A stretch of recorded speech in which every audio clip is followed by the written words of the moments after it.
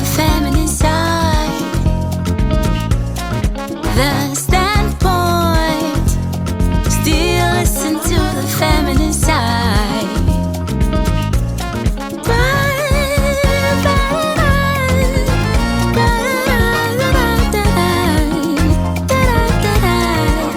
standpoint. Hello there and welcome to The Standpoint. Listen, with all the things that we've been talking about on The Standpoint, yes, woman, dare to be bold, achieve, be happy, but if you do not have good health, everything is a waste of time. If you do not have good health, everything is a waste of time. So today we are going to talk about our health. And one of the things that have been disturbing us in this country from days of old is malaria. Malaria is still killing. Yes, the numbers have gone down, but it's still killing. But the beautiful thing about malaria is that we can eliminate it from Ghana. If you like, let me use the word eradicate it from Ghana. Other countries have done it. Cape Verde is a recent country to do it. We can do it too. Today we are going to find out how you and I can help eliminate malaria from Ghana as soon as possible. Have you ever had malaria before? Well, if you are of my age group, the 70s babies, 80s, then you know of Nivaquine, chloroquine. Have you ever had malaria? Charlie? Anyway, today I have the boss, the manager for the National Malaria Elimination Program in the studio. She's going to educate us on what her outfit and what you and I can do to eradicate malaria from Ghana. Children are still, the pregnant women are losing their babies because of malaria. Well, let me say thank you to Yekwa Tie Dye for my tie and dye. My dress is by Liran Collections. Thank you so much to her. Makeup by Touch by Rosie, and of course my beads and earrings by Twinny Craft. We'll be back. The standpoint.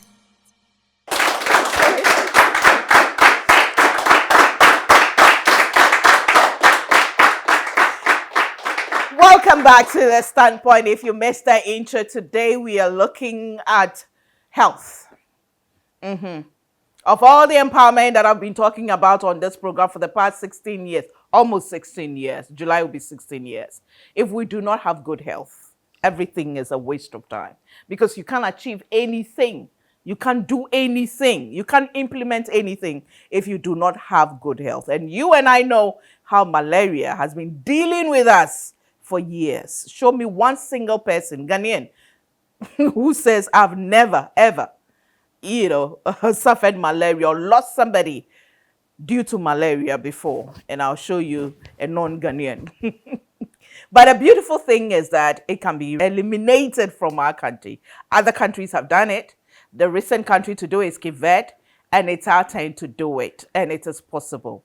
We have achieved so much and we can do this as well. So today we are going to talk about the plan that has been rolled out to ensure that we eliminate malaria from Ghana as soon as possible. The right person here, I have the manager for the National Malaria Elimination Program, Dr.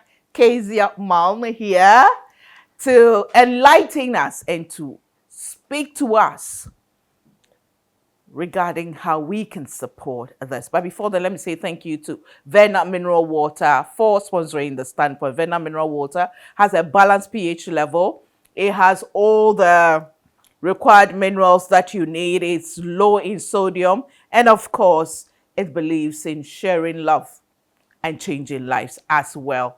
And we are calling on them to come and support the malaria elimination program. You know, Ali, I salute you. I trust you now. You come and support us, yes? Okay, then let me turn my attention to Dr. Malm. Welcome to The Standpoint. And thank you so much for making time to be here with us. Thank you very much for having me here. It's a pleasure always to work with you. We really appreciate the opportunity. It's an honor to serve. Have you ever suffered malaria? Oh, like you said, if you are in Ghana and you haven't suffered malaria, then maybe, I don't know. which parts of the country Yeah. you are living in. Yeah. But it's interesting. Now I'm seeing people, especially the younger children, parents of whom say, my child has never had malaria. But for those of us in the older age bracket, we have suffered malaria in our lifetime before. Yeah. You came on board when it was control, malaria ma'am. control. What actually necessitated the name change from control to elimination? So maybe before I go directly to your question, let me just give a bit of a background to control and elimination. Okay. So when we are controlling a disease, we are trying to scale up the interventions such that the burden of the disease is no more of a huge public health problem to the country. And then when we eliminate, we are looking at stopping transmission so that where in a particular geographic area, the transmission of that disease is blocked. In the past, we have been doing very well in scaling up interventions, mosquito nets, indoor residual spraying, so many interventions. And I think we've reached a level that some of the interventions are fully scaled up. I mean, if you talk about even testing, in 2012, we only tested 38% of suspected malaria cases. In 2022, we tested almost 100%. That's around 97%. So we have scaled up interventions and we are seeing the impact. Currently, in our health facilities, we are recording around 150 deaths due to malaria. And this is coming down from the years where we were recording thousands. We've also seen a reduction in the malaria parasite prevalence in children. So if you take children in households, if you take 100, around 2011, you get about 28 of them being positive. In 2022, when we did our last survey, we are seeing about 9. So we see that malaria burden is coming down. The interventions are being scaled up. And we can't continue to do things the same way. If we look at countries that they eliminated malaria, it was mainly a shift in focus, harnessing of resources, targeting the limited resources that we have, community empowerment, political will. So we thought that after all the years of progress, we had reached a point where we should change the way we do things. Even if we are not going to do the whole country elimination at a go, we are talking about eliminating gradually so that eventually the country will be free of malaria. That's why we changed our name. Before we get into the strategic plan for the elimination, what do you think has been the problem? Because we've been able to eradicate polio from Ghana. We've been able to, measles, we were able to deal with it. And so many, I think, those Guinea worm. But malaria, it's been with us for years, so much that people just have accepted it's part of it. It's normal to have malaria. Unfortunately, yes, you are right. So, so malaria is a bit different from the other diseases. If I take polio, for instance, polio, we had a vaccine. Until recently, for malaria, we didn't have a vaccine. And it's easier to eliminate diseases which has vaccine as a preventive intervention than the non-vaccinable diseases. Right. So that's the first point. The other thing that we have, malaria, is challenging with managing malaria is it depends a lot on people's behavior in terms of the interventions that we have, sleeping in the mosquito net. If you are sick and you are giving the medication, make sure you finish. And it's difficult to change people's behavior because people are comfortable doing things the way they are. Want to. Now you want them to be in a net and not. So that is the challenge that we have, one challenge. The other challenge that has worried us over the years is that the malaria parasites and also the mosquito, both of them are smart. So even in finding the vaccine, it's taking us a long while to come to the vaccine. That's because what the immunologists, those who work on the vaccines, say is that as you try to block the parasite in a particular receptor area, it changes and then uses another receptor. So it's been a long time coming with the vaccine. The other thing is we need malaria mainly is an African problem. So we as Africans, we as countries in Africa which are affected by malaria need to take it head on and fight. And I think that has been something that is not, we are not fully there. So we need to improve on that to be able to get it out. Yeah, and I need you to touch on the bit where we've taken it for granted that it's normal. There are people who've survived it. Yeah, you go through it, you see how it really affects you, how it scares you. It's as if you're going to die, but then somehow due to treatment, you come out. And so we think that it is normal. Why should we understand that it is not a normal thing and that we need to eradicate and get to the point where nobody gets malaria? So I think it's important we appreciate that no disease is normal. It's in one way or the other, it affects you from living your life. It affects you from earning your income. It affects you, your children from going to school. And that is what malaria does. In 2014, we did a study with companies and we realized that in a year, these companies, both service provision and across, were losing about $6 million just for treating their staff who are sick from malaria or who have to take days off because their children are sick.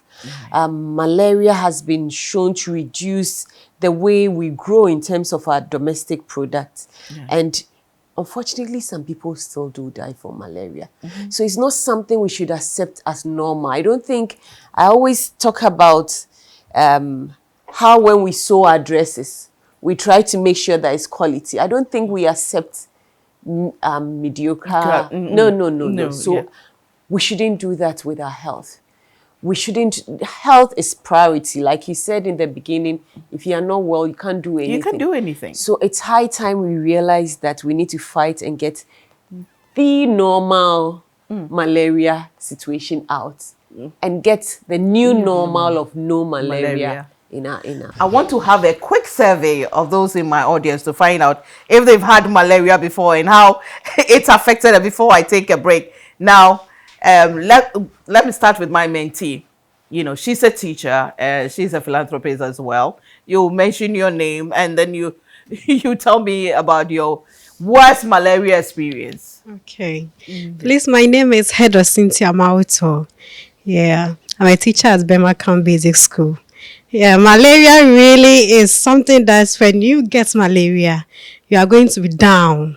You feel worse, you can't be able to go to work, you won't be productive and all that. So malaria really is something that nobody will wish for his or her enemy. But do you remember your experience with malaria? Yes, please. Yeah, that day, it was like someone has cursed me. I thought maybe someone has even go to do me juju or something. Was that bad? Yes, very, very bad. And I was staying alone in the room. That day, I had to tell my neighbor in the house that I'm down with malaria. So he should check on me from time to time to check whether I'm well or not. Yeah, I really went through hell. So malaria is something that we don't have to joke with it. Thank you. I can tell from your voice. You're getting even emotional. Yeah. Okay, anybody else to share their experience? Okay. Yeah. All right, so I remember my time in high school, my final year. I had malaria just before we started the WASI, and I was hospitalized for almost a week. It really knocked me down, and I nearly missed my final year's paper, the WASI first paper. Wow. Yeah. Wow. Another person to share? One more person? My name is Oscar Barnabas from the National Malaria Elimination Program. So I remember one time in GHS, that was GHS. Yeah, so at first it started with chicken pox. Then I got tested for the malaria and I was positive. I had to stay in the hospital for about close to 1 month because of the malaria. I missed half of the term, and when I got back to school, I couldn't even catch up. So I was repeated because of that, and so yeah, that was how malaria. I will have to end on that. Can you imagine what, because of malaria, had to be repeated, and I'm sure it affected you, right? Psychologically and emotionally, Yes. it did affect you. Yeah, it did. Yeah. I remember the last time I had a really terrible malaria, I called the office. That was about 4-5 years ago, and told them, I remember I told them that no matter what happens, we're about to have the women call to worship.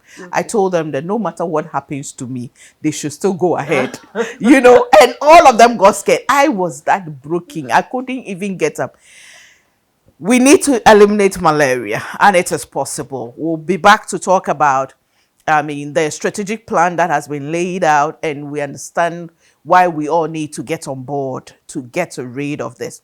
Charlie, your own has really hit me. It might really hit me. Well, let me say thank you to Mrs. Oforipoko and the family for always supporting us.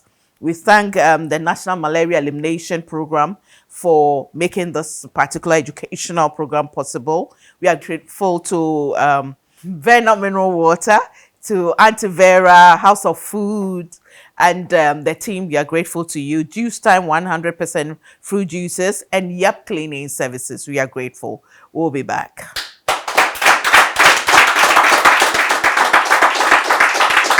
The Standpoint. The Standpoint. Welcome back to The Standpoint. And again, I say thank you to Yakwa Tie Dye for my tie and dye. And my dress is by Liran Collections. Makeup by Touch by Rosie. And of course, my beaded earrings and bracelet by Twinny Craft. Thank you so much to all of them for making sure I look nice on TV year after year, day after day, week after week, month after week. I'm so grateful. Now we were talking about malaria. And yes, I'm sure by now you are also reminiscing, about some of the things you've been through thanks to almighty malaria. But few weeks ago, the strategic plan to eliminate malaria from Ghana was launched. And therefore, we've hit the ground running. What is in this plan? We have the right person here. Doc, how did you feel that day Oh my when God. it was finally launched?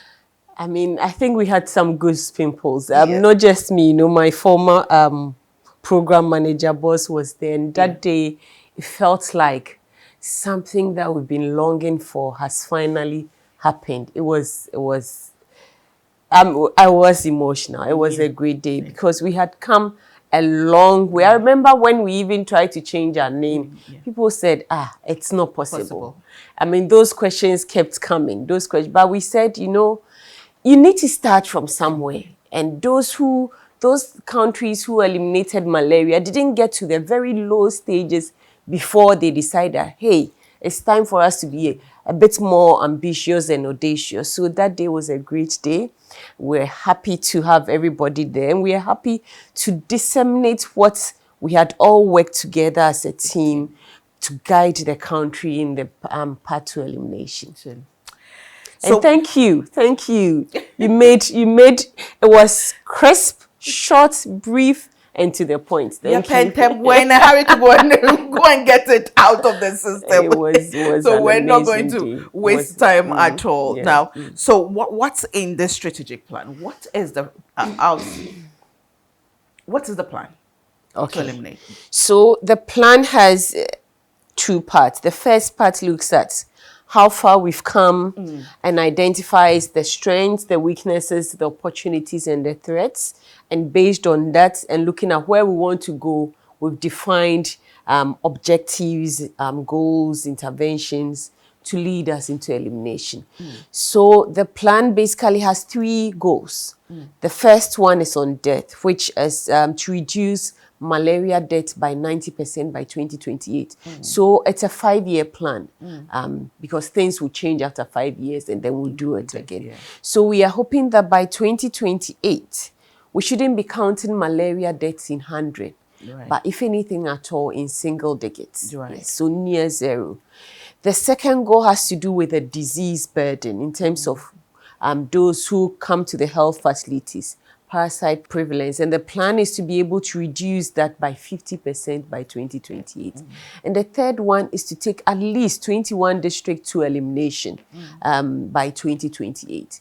So these 21 districts are in Greater Accra. So Greater Accra is the region with the lowest malaria burden. And we have taken districts in that region that has malaria prevalence of between less than, we have those who are less than 1 per 1,000 population malaria incidents. That means if you take 1,000 people, only one or less than one has reported of malaria. Yes, and then we have those who are between 1 to 5. So if you take 1,000 people, just 1 to 5 people record malaria in a year. So those districts, we are going to move with them as part of our approach for malaria is a subnational approach. So we are doing it in a stepwise manner, and we are going to move them eventually to malaria elimination zone. So that is what is in the plan in terms of goals. And then we have several interventions which direct these goals so that we'll be able to achieve them. So what are some of the interventions? So first of all the interventions that we are doing now will continue to stay. So that's the mosquito net, testing, pregnant women getting SP, they'll all stay. The new things we are going to bring on board is first, we'll enhance surveillance. You see, when COVID came, how we're all talking about it, surveillance and contact tracing and things. In fact, when we get to the very low levels of malaria, things like contact tracing will come in. And then not surveillance only on the people in terms of the parasite, but also on the mosquito itself. What we also want to do is in the Greater Accra, enhance our larval source management, to improve on it. We started in some districts. Now, all those 21 districts will have larval source management, where we kill the mosquitoes before they become adults. And we hope to work with other agencies and ministries like the local government to really reduce the breeding sites of the mosquito. Yes. One other intervention which is key that we'll introduce is the mass drug administration.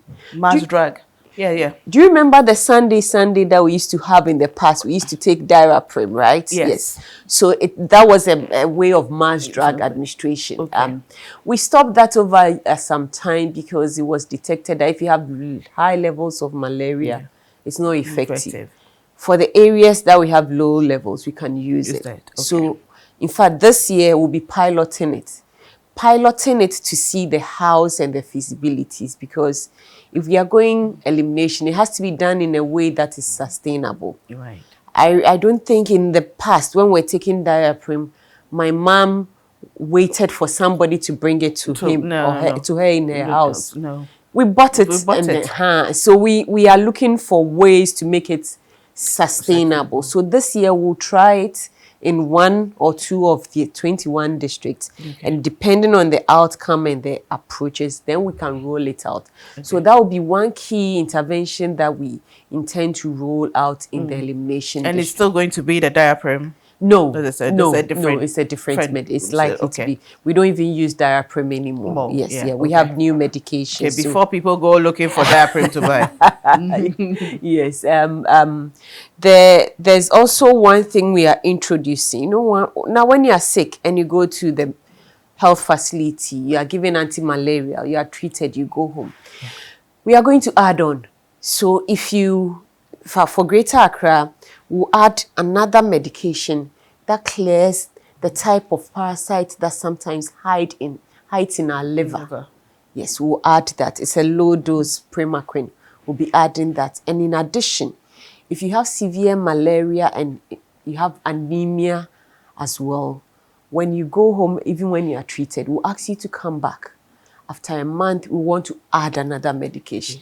Let's say yes, so that people who are not sick but have the parasite hidden will not transmit it to other people for them to have the disease. You said transmitted. Yes, of course it's because when you have it and a mosquito bites you, it's opaque. It's opaque. Yes. Yeah. So that's how come sometimes households Everybody can have malaria at a certain, Exactly, yeah. exactly.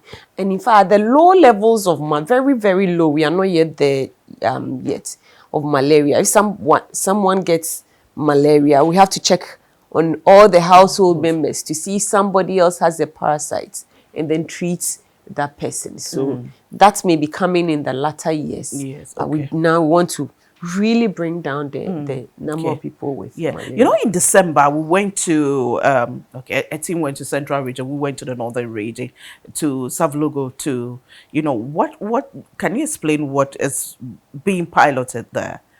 So that's seasonal malaria chemoprevention. So Yeah. that's an intervention for children under 5. Yeah. It is happening in the regions with very seasonal malaria. So I think that's why I have to backtrack Yeah. and talk about how malaria transmission is in the country. We Right. keep saying that everybody in the country is at risk of malaria. And malaria occurs everywhere all the time. But in terms of the seasonality, or how high or low the transmission is, in certain parts of our country, it is very seasonal. So it means that malaria transmission is very high within a few number of months.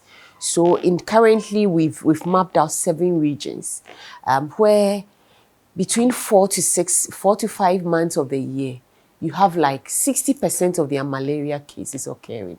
Outside those months, malaria is very low. Yes. So these regions are Upper West, Upper East, Northeast, Northern region, Savannah, part of Bono East, and then Oti region. Okay.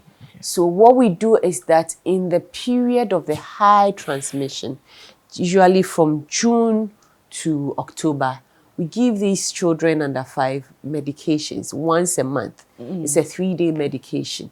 So you take that once a month for the 4 or 5 months that we have the high transmission, so that it clears the parasite and you don't eventually go on to the malaria disease. So that's what we do, and we've been doing it for how many years now?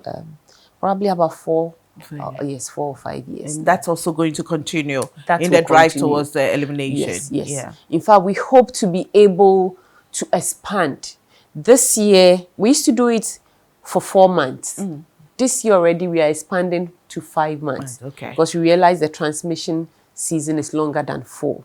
And we hope to be able to expand to children above 5 years, so that we also have additional interventions going on in these children. You know, when I posted the flyer that we were going to record this talk about this, somebody came to write under the post that, Madam, we want topics like how to eliminate poverty. It is possible. And I said yes. Malaria and poverty have a lot in common. They are very linked. They do. Actually, They are very much linked. Actually, we say malaria is a disease of poverty. Yeah. In a way, because if you look at the distribution of malaria, it's higher in areas where resources are low. The areas where resources are high, they have good housing.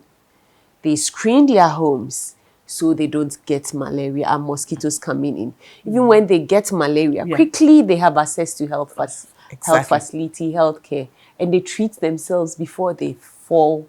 It becomes severe. So it's really, the distribution of malaria in the world is overlaid with a map of poverty in a way. Exactly. And when you are sick, you can't go to your farm, you can't do your work, and you can't get the resources that you need to make you rich. Exactly. So in fact, we are talking about how to eliminate poverty. We are. That's I told the person. Now, and these are some of the comments. Oh, some people also say that it's not possible. Eliminate, it's not possible. Because basically of our attitude. What role, now we talked about what you're going to, as a program, how we are going to manage this, how we're going to, as government, as a ministry, how we're going to lay out. But what about us, the citizens, the employers? What role is it captured in the strategic plan? It is. The role that Malaria elimination is not a one person, a one ministry, a one program job. It is, you remember we have a slogan where zero malaria starts from me, starts with you. One, we are all responsible for the breeding sites that we create around our homes. I really wish we had this town council. Remember back? Yes, I really wish they are back the way it used to be. Yes, I know they are still environmental health officers and they do the work that they do, but it's a bit different from in the past. But they didn't do it as it used to. Doc is also, I'm saying, they don't do it as they expected of them to do it. You know, it's terrible. And the sad part is now everywhere there is, it doesn't matter the residential area. If there is a bare land, people turn it into a rubbish dump. So that's, and then there will be areas around that collects water. And a female mosquito likes relatively clean waters, and it will breed. So what we are asking is, please, let's help reduce these breeding sites. That's the first thing. The other thing is that these interventions that we are putting around, we've put in a lot of resources to get them. When you have to get a mosquito net to sleep in it, please do. It's so disheartening to see the mosquito nets being used to cover empty bottles and things like that. It was brought in to protect us from falling sick of malaria. If you are pregnant, staying in the home till about 5 months, it's not the best way. Sometimes I think we have all this religious belief, but one thing I always say is that I think our God is bigger than all these negative. Yes. So believe, trust in the Lord, and get to the antenatal clinic because early. It's the same God who's made it possible. Yes, for you to become pregnant. And the health workers are there to help you have a safe delivery and will give you the medication that will protect you from getting malaria and your unborn baby having negative effects of malaria till you deliver.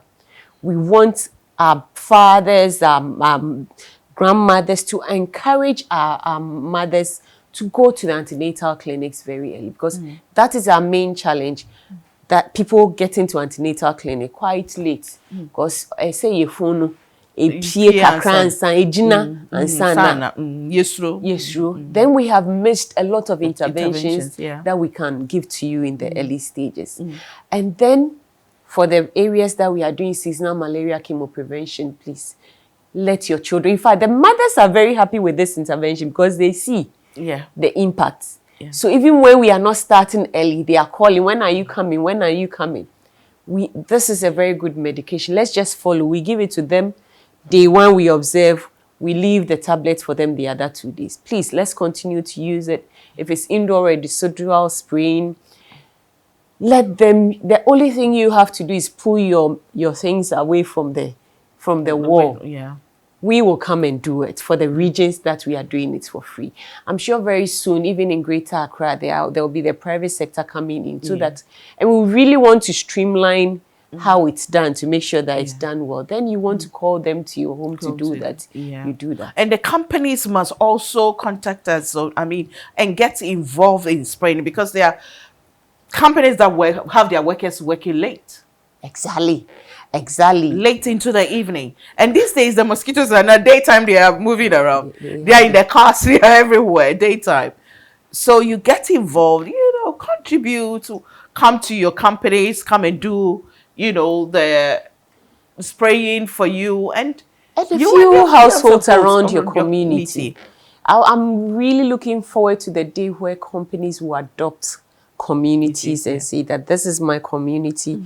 I want to take care of this community so that they don't get malaria. And that's how we are hoping to work with private sector. In Obuasi, I always make example. When I went to Obuasi, I think Ashanti Gold, right? They have a community. The whole community, they were doing it, and they were doing the research. And I was very, impressed. And I went there because I'm the, National Malaria Advocate. It was International Women's Day. I went there and I thought that was amazing. Then we need more companies. Yes, we need more companies to do that. And Anglo Gold Ashanti is a great example, in fact, worldwide, where we've worked with the private sector to help get a public good, and we are hoping that we'll get that, because we can't do it alone. No. Those of us from the part, if we say we can't do it, na lie, it's not happening. Yeah. So we need everybody on board. And please, if you feel you're unwell, don't always think it's malaria. We have so many other diseases that start as malaria. You know, when we had COVID, quite a number of people thought they had malaria. Meanwhile, they had COVID. So they were treating for malaria and they were still not getting well. There are a lot of viral infections that mimics malaria. Yeah. So please test. Get tested to be sure that you have malaria. And if it's positive, yes, our medications are very effective. But it doesn't mean that you take one and you stop. Take the full 3-day course to make sure that you clear. If possible, even when you finish the course, test again to make sure that it's really gone.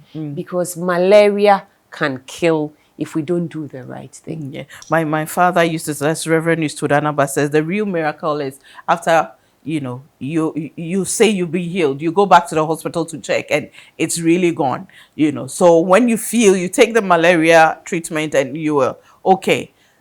You only know that you're really okay when you go back to check. And these days they do it, the rapid testing is quick. You know, you get to know, and it's not that, you know, expensive. And doc, my personal plea is it used to be, especially government hospitals, the pregnant women, sometimes they make them, the doctors and the nurses make them take it in front of them. Is it still happening? It is happening. That's what we call, it's a directly observed therapy.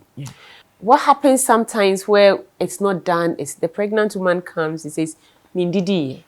And you have to eat before you take the medication. So you say, okay, take it home and take. Sometimes, like, there's even no water in the health facility to drink. So, but generally, it's a directly observed therapy. Yes. So we still have a few areas where it's not done because of one or two reasons. But our approach is a directly observed therapy.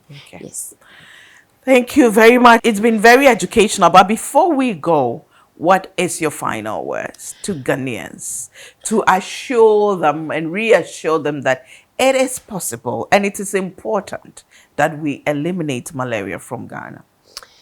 So I think when you started, we talked about countries that have eliminated malaria. In Africa, we have 3 now. We have Cape Verde joining Algeria and Mauritius. They started from somewhere. I think it's possible. Ghana as a country, we've been able to eliminate guinea worm.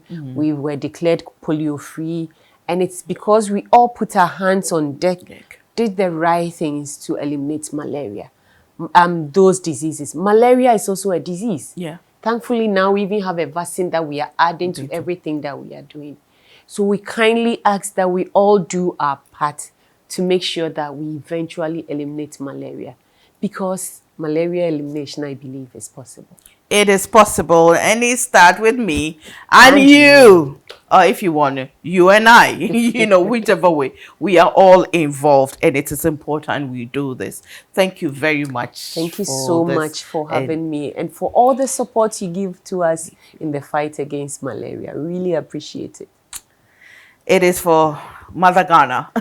We all have to be on board, and every now and then we need to come and, you know, remind ourselves and let people understand that this is important. This is part of our responsibilities, and health is so important. Health is so important. Without health, without good health, nothing can be achieved. Once again, I say thank you to Mrs. Ofori-Poku and the family. Thank you to National Malaria Elimination Program. Thank you to Yap Cleaning Services, to Juice Time 100% free juices, Verna Mineral Water, 100% quality. It has the right minerals in it, very low in sodium, and they believe in sharing love and changing lives. Thank you to Bigo Drinks as well. We take a break. When we come back, I'll bring you a bit of me. But before you, what numbers to companies that want education, want to get involved? What numbers? Okay, we'll put the numbers on the screen. And when you go to the National Malaria Elimination Program Facebook pages, there are a lot of information there. You can also download the plan, strategic plan from the website. Ghana Health Service Ghana Health website. Service website is there. Download, read, get educated, and get on board. We can do this. Let's take it like, national pride. If KVED beat us at the game, let us show them that we can also beat them, at eliminating malaria. Yeah, they've started, but we'll do it. We'll do it in a nicer style. Pa, just like that. Shorter than they did. We'll be back with a bit of me. And thank you to the staff from the National Malaria Elimination Program. And of course, my mentee here, Cynthia, for coming. We'll be back.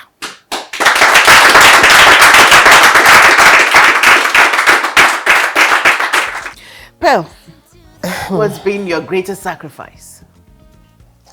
I think that it was at the time I gave birth to my second born.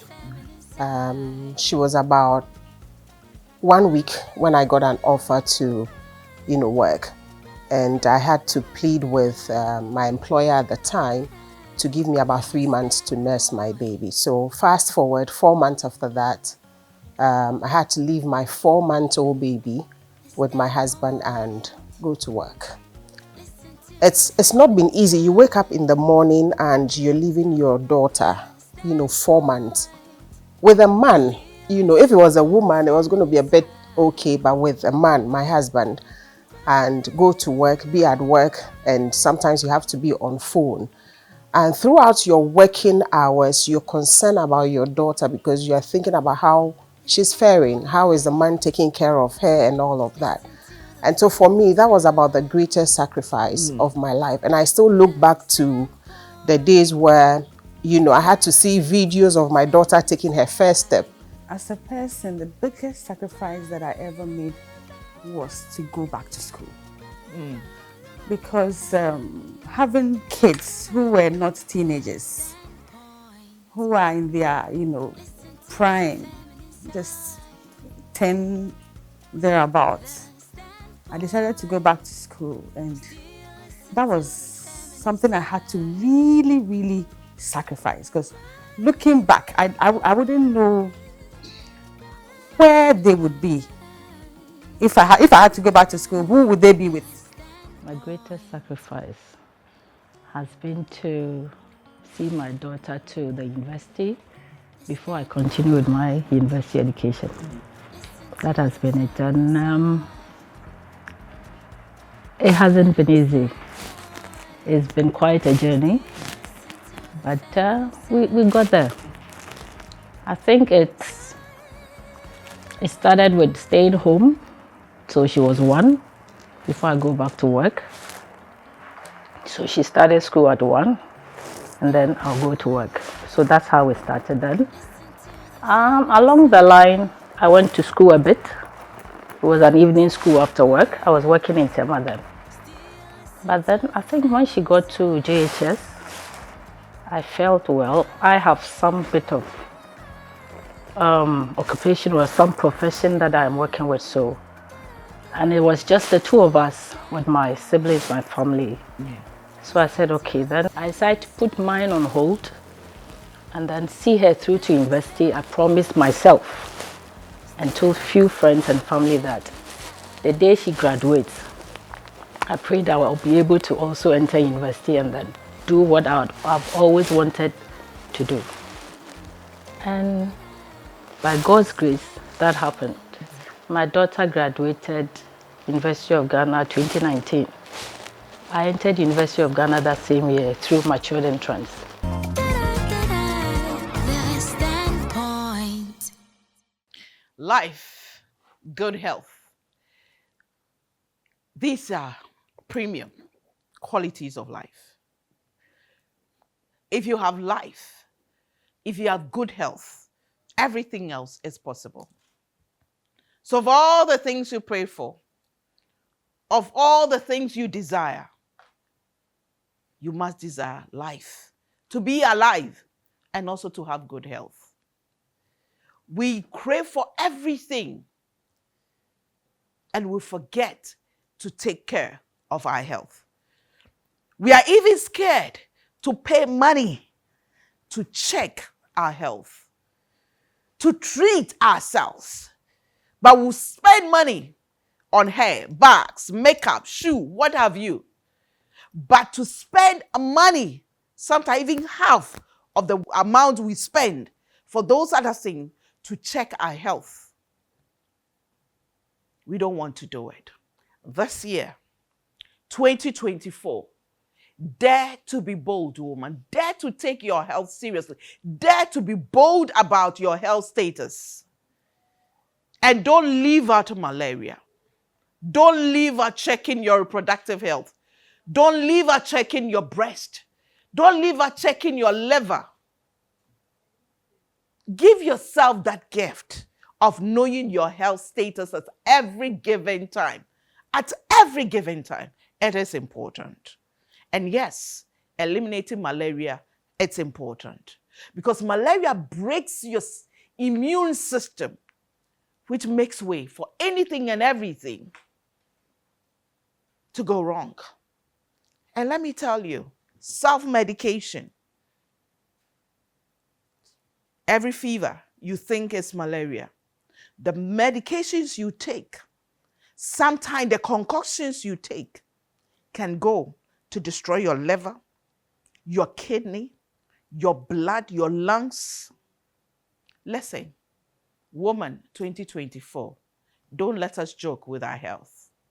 Okay? Anything, the slightest thing, go and get it checked and get a treatment. If you go and it's negative, glory be to God. But if it's positive, there's always help and there's always treatment. What you don't know will kill you. What you don't take seriously can destroy you. I remain a woman with super crazy faith in God. I know God has got me covered. My faith is stubborn, but I also know that God has given me wisdom. Wisdom to know and to do what is right. Stay positive, stay beautiful, stay amazing, and stay bold. Thanks for watching. See you same time next week. Bye for now.